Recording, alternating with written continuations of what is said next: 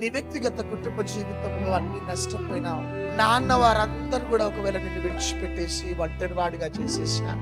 ఒకవేళ భయంకరమైన అనారోగ్యాలు, అస్వస్థతలు నీ శరీరంలో ఆవరించి అనేక డాక్టర్స్ దగ్గరికి వెళ్తే డాక్టర్స్ అంటున్నారు ఇక నువ్వు బ్రతకవు అని సర్టిఫై చేసేస్తున్నారు.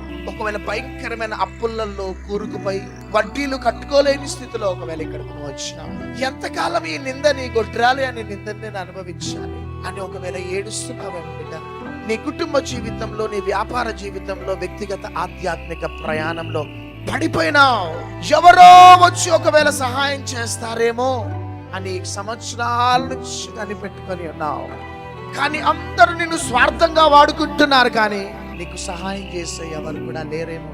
నీకు ఎవరు సహాయం చేసినా చేయకపోయినా నేను బాండ్ పేపర్ మీద రాసిస్తా, నీకు సహాయం చేసే దేవుడు ఒక్కరున్నారు. ఆయననే నజరేయుడైన యేసుక్రీస్తు ప్రభు.